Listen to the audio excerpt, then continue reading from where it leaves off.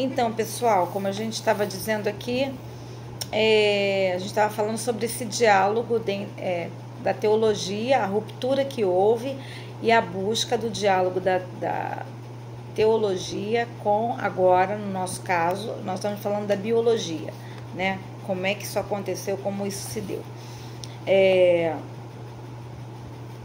Vamos lá, então. A escuta das ciências atuais. Então, em relação às ciências, né, houve a teologia dialogando com a astrofísica, com a física, com a biologia, com a psicanálise, né, com várias ciências.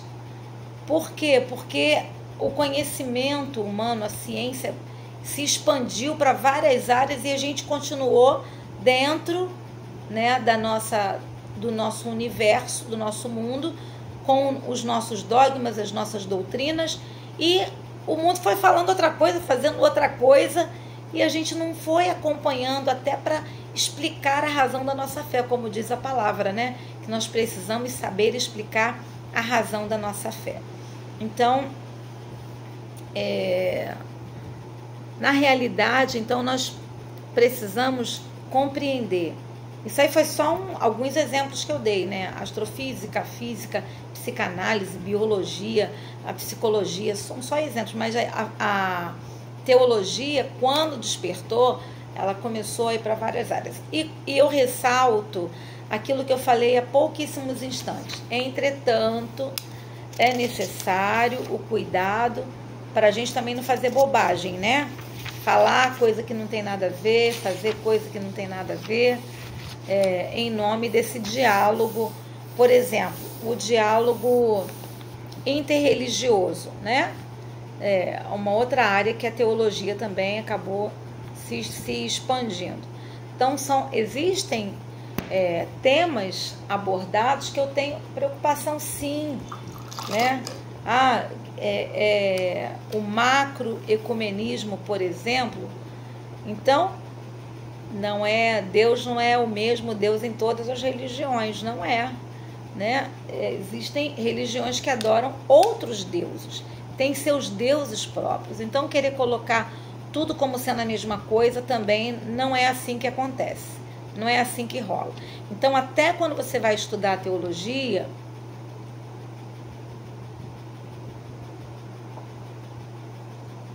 eu quero dizer isso para você, nós precisamos ter senso crítico. A Bíblia já nos ensina, examinai tudo e retenha aquilo que é bom, né? Então, e qual é a nossa base para saber o que é bom e o que não é bom? A palavra de Deus. Se está fora da palavra de Deus, aquilo ali não pode ser assumido por nós, né? Vou dizer melhor ainda, se contraria a palavra de Deus. Porque existem coisas que não estão ditas na Bíblia que não contrariam, né? A Bíblia tem várias coisas da modernidade, da pós-modernidade, que não tem previsão na Bíblia. Então você vai analisar ali sobre o fundamento daquilo. Se o fundamento daquilo está ferindo algum princípio da Bíblia, né? Para a gente também não fazer uma confusão e achar que tudo é válido em nome desse ultra, mega, super, hiper diálogo que a gente tem que ter com a sociedade. Não. Pai e mãe podem dialogar com os filhos, mas chega às vezes em uma situação que o filho te questiona, você responde, questiona, responde, questiona, responde, e chega um momento que você fala, por que não? Mas por que não? Por que não? Né? Então, existem temas da nossa fé que são inegociáveis. Quer o outro goste, quer não goste, quer o outro queira, quer não queira, né? Então, especialmente naquilo que diz respeito à salvação, tá? Vamos lá, vamos pegar mais um pouquinho aqui para a gente trabalhar. Abertura ao mundo da biologia.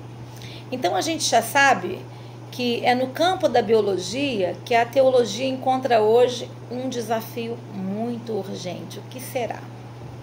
Né? Por exemplo, na bioquímica, eles estudam lá a composição do ser humano, né? O campo da biologia molecular, E a questão do DNA, todas as informações estão no DNA.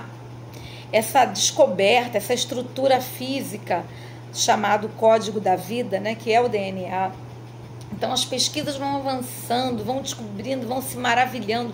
Eu quando vejo essas coisas, gente, eu também fico maravilhada, porque eu não sei se você é assim, mas o meu olhar, quando eu vejo essas coisas da ciência, essa grandeza, eu só penso como Deus é grande, como Deus é poderoso, como Deus é sábio, como Deus é incrível, como Deus é incomparável, né? Eu consigo ver tanto assim, quase o retrato, a fotografia de Deus na minha frente, né? Quando a gente vai estudando, a gente vê uma matéria acerca disso, a gente vê muitíssimo a grandeza de Deus.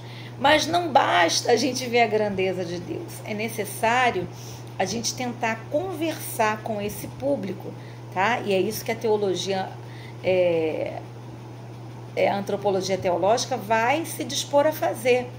Ter elementos, fundamentar elementos para conversar com essas ciências, né? Então, as ciências biológicas, elas defenderam e ainda defendem o acaso. Elas não conseguem se dobrar, né, na origem da vida como Deus o Criador.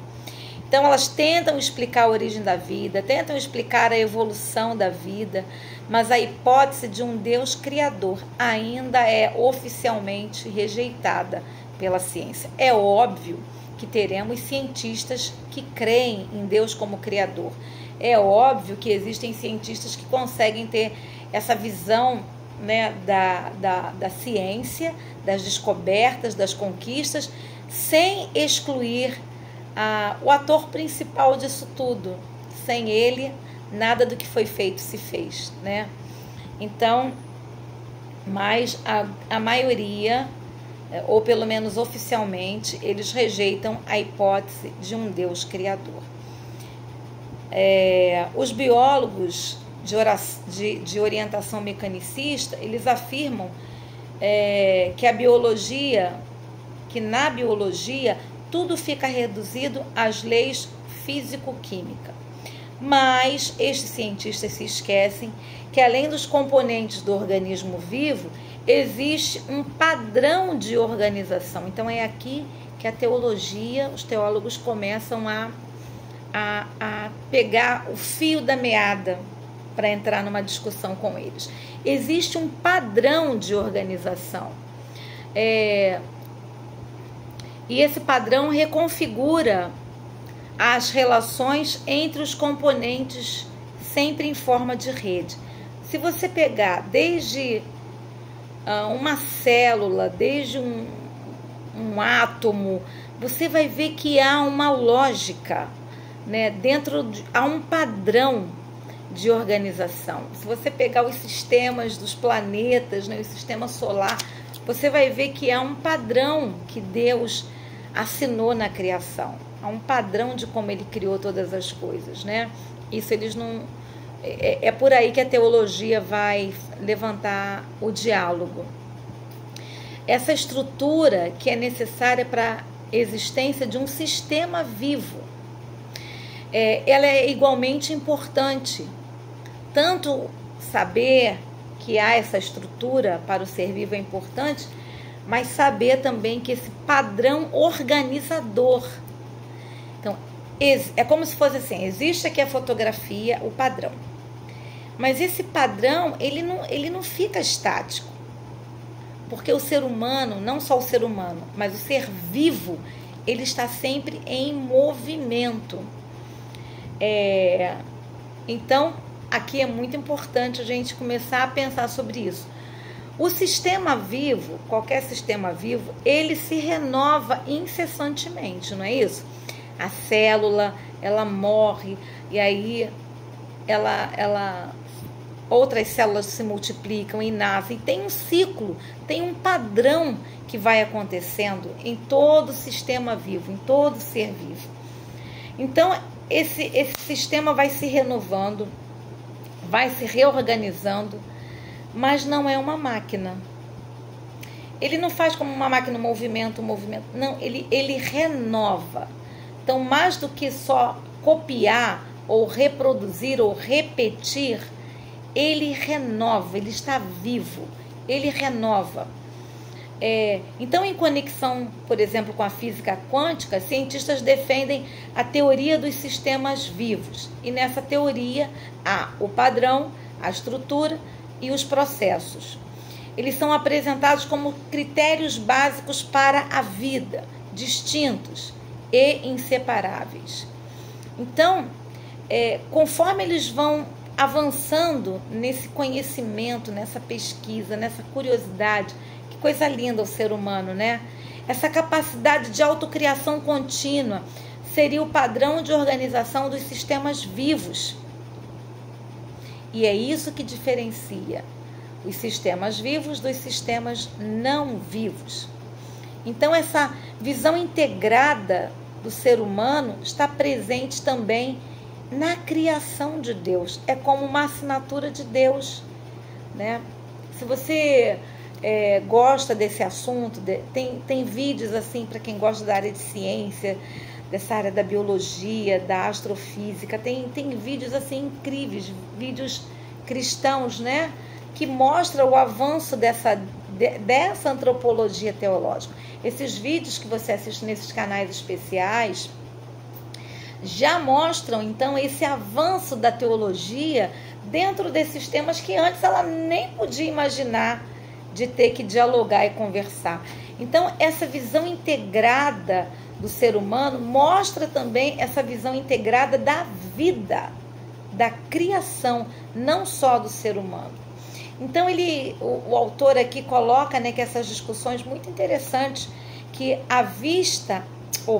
a mente não é vista mais como uma coisa, como um processo, como uma atividade que organiza o sistema vivo. A mente está presente em todo ser vivo. Como assim em todo ser vivo? Mesmo aqueles que não possuem cérebro são considerados que têm mente? Sim. Porque aí é uma concepção do que é essa mente. Então, preste atenção. Nós precisamos começar quando a gente faz esse diálogo, a gente precisa começar a conceituar as palavras. O que é a mente biblicamente e o que vai ser mente dentro dessa estrutura de sistema de seres vivos que a biologia está trabalhando. Porque a Bíblia fala, transformai a vossa mente. Não é essa mente que eles estão falando. Então, se você não entende o conceito da palavra, que parece a mesma, mas que aqui é usada com uma outra tônica, você não vai compreender isso, né? Então, por exemplo, eles colocam uma planta, até uma planta, que é, obviamente, um ser vivo, tem mente. Como assim? Uma planta tem mente? Você complicou agora. Eu, quando estava lendo esse estudo, né, quando eu estava revendo essa matéria, eu me lembrei de algo muito interessante que eu vi já tem anos na televisão. E eu fiquei muito maravilhada com essa descoberta científica. E aí eu entendi, quando eu estava estudando essa matéria, sobre esse assunto. E a matéria estava tratando de um lugar que tinham árvores frutíferas, uma plantação de árvores frutíferas. E eles fizeram um mapeamento de uma maneira que eles capturavam comunicação entre as árvores. Então, eles conseguiam medir com instrumentos, né, reações daquelas árvores. E eu me lembro que eles fizeram isso porque estava vindo uma nuvem de gafanhotos. E era como, traduzindo, né, se fosse o nosso mundo humano, né? Mas era como se as árvores estivessem se comunicando, dizendo: está vindo um grande desastre, seremos atacadas por gafanhotos.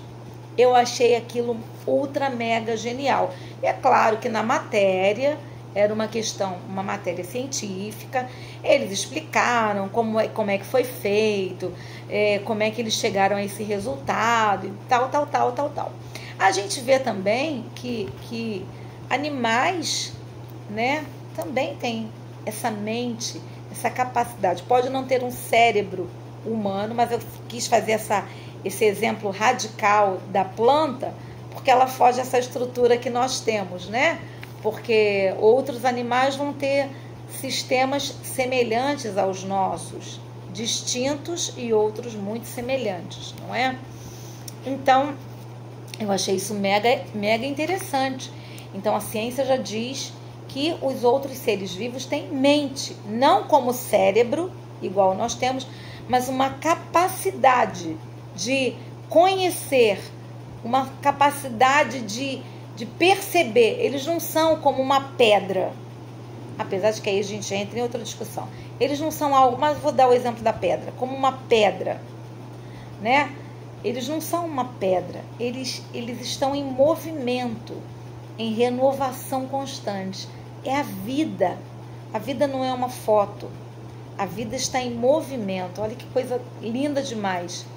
E aí, da gente que ama a palavra do Senhor, aí você viaja em vários textos bíblicos, né? Você associa, você compreende, você amplia até a abordagem de textos bíblicos quando você começa a perceber onde o ser humano já está chegando nas suas, no seu avançar, né?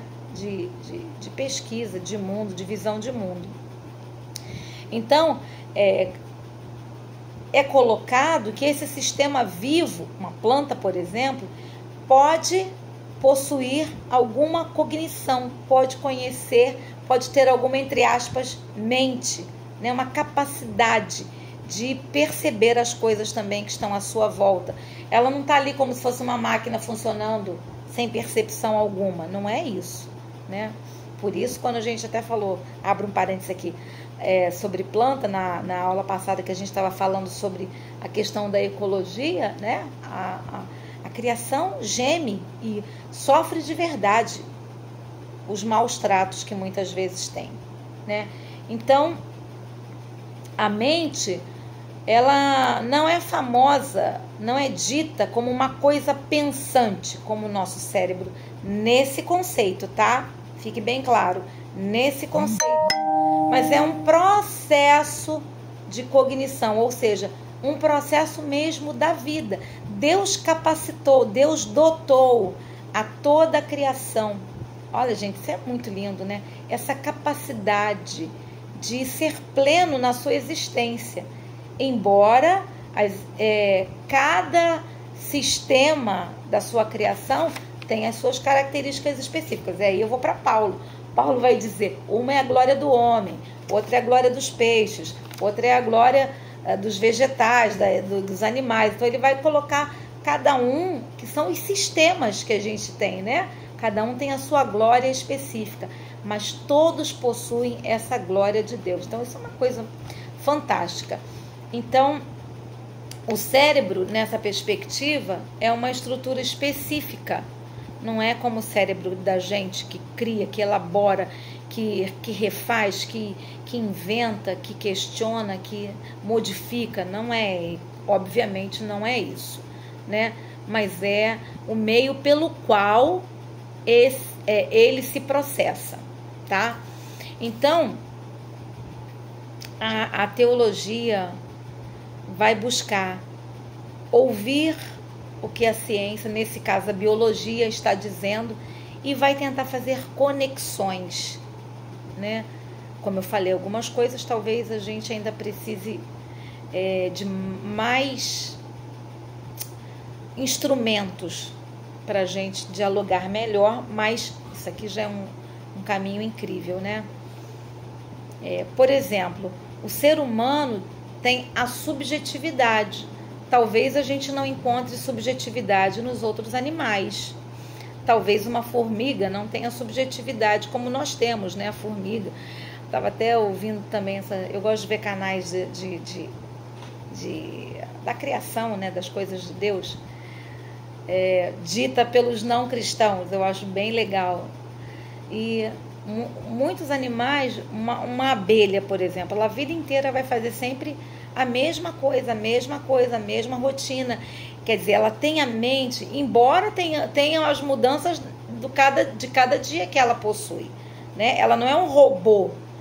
Ela tem a sua autonomia, mas ao mesmo tempo ela está limitada dentro de um sistema da sua espécie, né? Então isso é uma coisa maravilhosa. Todo ser vivo tem a capacidade de se adaptar e de se relacionar com o meio ambiente na procura da sobrevivência. Então você não precisa nem explicar isso. Não só o ser humano, mas todo ser vivo tem um instinto de sobrevivência e ele vai se adaptando. A gente vê isso em várias espécies de animais também, dependendo de onde no planeta ele viva, ele pode até ter características específicas para viver naquele lugar. Todo ser vivo, pode ser até uma bactéria, que é o mais simples de todos, é um indivíduo e ao mesmo tempo autônomo e ao mesmo tempo dependente. Dependente, inclusive, do ecossistema, para ele continuar vivo, né? Então, se as condições no seu entorno não forem suficientes para a manutenção da sua existência, ele vai morrer, né? Então, isso é importante da gente destacar. O que esses estudos querem ressaltar é que essa mente, vamos botar assim, né? E a subjetividade estão dentro de todo o sistema vivo. Tanto a autonomia, que é a mente, né? Eu estou chamando de autonomia, é essa mente. Quando aquele ser vivo, ele se movimenta para se manter vivo. É da sua própria natureza, né? E ele, ao mesmo tempo, ele também tem a sua subjetividade, claro, em graus e proporções diferenciadas. Ok? Vamos dar uma pausa aqui que eu me animei. Já volto.